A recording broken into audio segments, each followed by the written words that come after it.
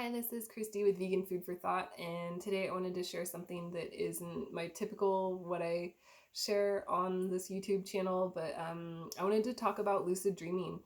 And I really, really enjoy lucid dreaming. What lucid dreaming is it's the just being aware that you're dreaming and being able to manipulate your dreams. So you can do basically anything in your dreams, and I really enjoy it. But it's actually been scientifically proven that lucid dreaming can help reduce anxiety, it can help reverse PSTD, and it can even help prevent recurring nightmares. And I didn't even realize this, but when I start having a bad dream and I'm aware that I'm having a bad dream, I just wake myself up. But you could even, like, if you're like actually at the point to where you can lucid dream and control your dream and change it, then you could just turn it around and make it something good instead. And usually, like, I've had that happen before quite a few times too. But yeah, so I do have some tips and tricks on how to lucid dream also. I really enjoy it. It's something that I guess I've been doing since I can remember my dreams. And I didn't know that I don't know how that happened exactly, but my number one favorite thing to do to help lucid dreaming is to keep a dream journal. Most of the time I forget my dreams within, like 5 minutes of waking up. And then by the next day, it's like, there's no way I could remember any of it unless it's like a really, you know, just a really significant dream or one where I'm like really, really controlling my lucid dream. Like usually if I'm fully aware, like 100%, I know that I'm dreaming, and then I realize that I can control my dream, then I usually start flying or something, or I usually do something like that. But um yeah, most of the time I'm not like that aware that I am, but I do realize. But so keeping a dream journal can help you recognize that you're dreaming. If you notice certain patterns or things that you tend to dream about. I used to have this one dream when I was a kid that I would have all the time, and I would tell people about it, and it just, as soon as I started dreaming about that, I would realize like I'm in a dream. Like it was instant. And I couldn't control that dream, but it was still one that before that I used to have like nightmares about falling. And so this was like the first dream that I had where it wasn't, I still ended up falling like at the end of the nightmare, but like at the dream, but it wasn't like a nightmare on the way to that. So, yeah, that was the first. Before that, I just had dreams about falling the whole time. Like it was really boring and scary, and I didn't like it. But after that, then I started realizing, like, oh, hey, I can do more than this in my dreams, and I started to. Um, yeah, so then I started having flying dreams and things.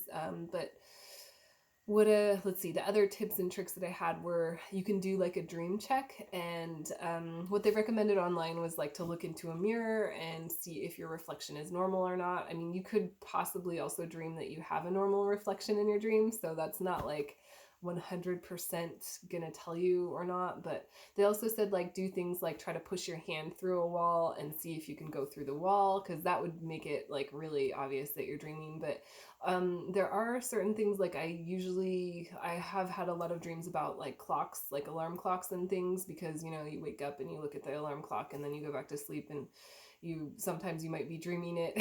And I've done that before where I was dreaming certain times, but if the time is a normal time, I mean, you could still dream that too. You could dream that it's a normal time or not. But sometimes, in your dreams, the clock will say something completely different. It might not even be numbers. And that would be a very clear sign that you are dreaming.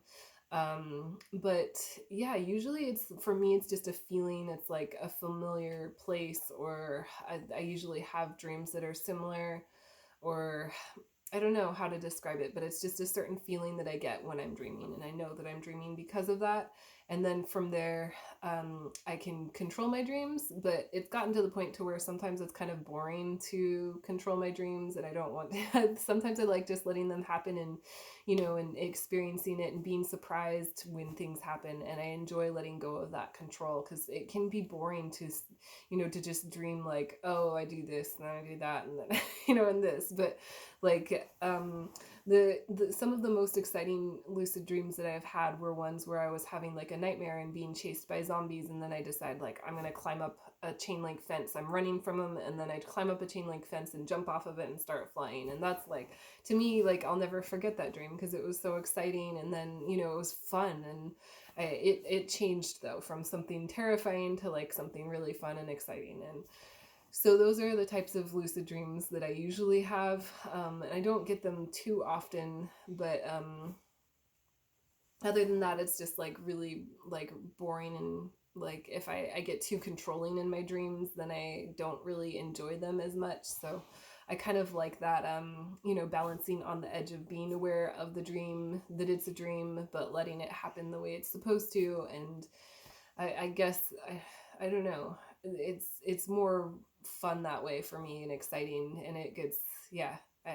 So anyway, yeah, those are my lucid dreams that I usually have. I wanted to say I think that the reason why I used to that I most commonly get like flying dreams when I do lucid dream is that my dad, when I was a little kid, he used to tell me that I could fly, after watching like Peter Pan. We had this retainer wall and this little hill that I would run down, and I would jump off of it, and he would tell me like, oh, I think I saw you like take off a little bit and just run a little faster this next time and you'll fly. And so he was always very, he encouraged me to have a very like vivid imagination when I was a child, and I totally 100% believed him when I was like 6 or whatever, or 5, that I could fly. And so I just I think that maybe translated over into my unconscious brain or something somehow. But yeah, that's basically what I do to lucid dream. There's one other tip that you can do to help you lucid dream, and I notice that I tend to be more aware of the fact that I'm dreaming when I wake up in the middle of the night and then I go back to sleep, because you go back to sleep into that REM sleep faster, or the deeper sleep where you are dreaming faster, if you wake up and then go back to sleep. So you can be more likely to be aware of the fact that you're dreaming that way, and then you can be on the next step to like manipulating your dreams or changing your dreams. Yeah, so that's basically it. But yeah, post any lucid dreams that you've had. Do you have recurring dreams? I actually wasn't aware of the fact that I was lucid dreaming until like not too long ago. I didn't know what a lucid dream was, but they can be really fun and really exciting, and they can do all kinds of things for you. They can help, with your mental health and things. So I think that's really cool. I try to keep things on my channel like science-based and health-based, but this one's kind of a little bit different today. But yeah, share any questions or comments. I love hearing about other people's dreams. I think it's like, a window into our brains basically. So it's fun. But yeah, give me a thumbs up if you like this video, or a thumbs down if you didn't. Yeah,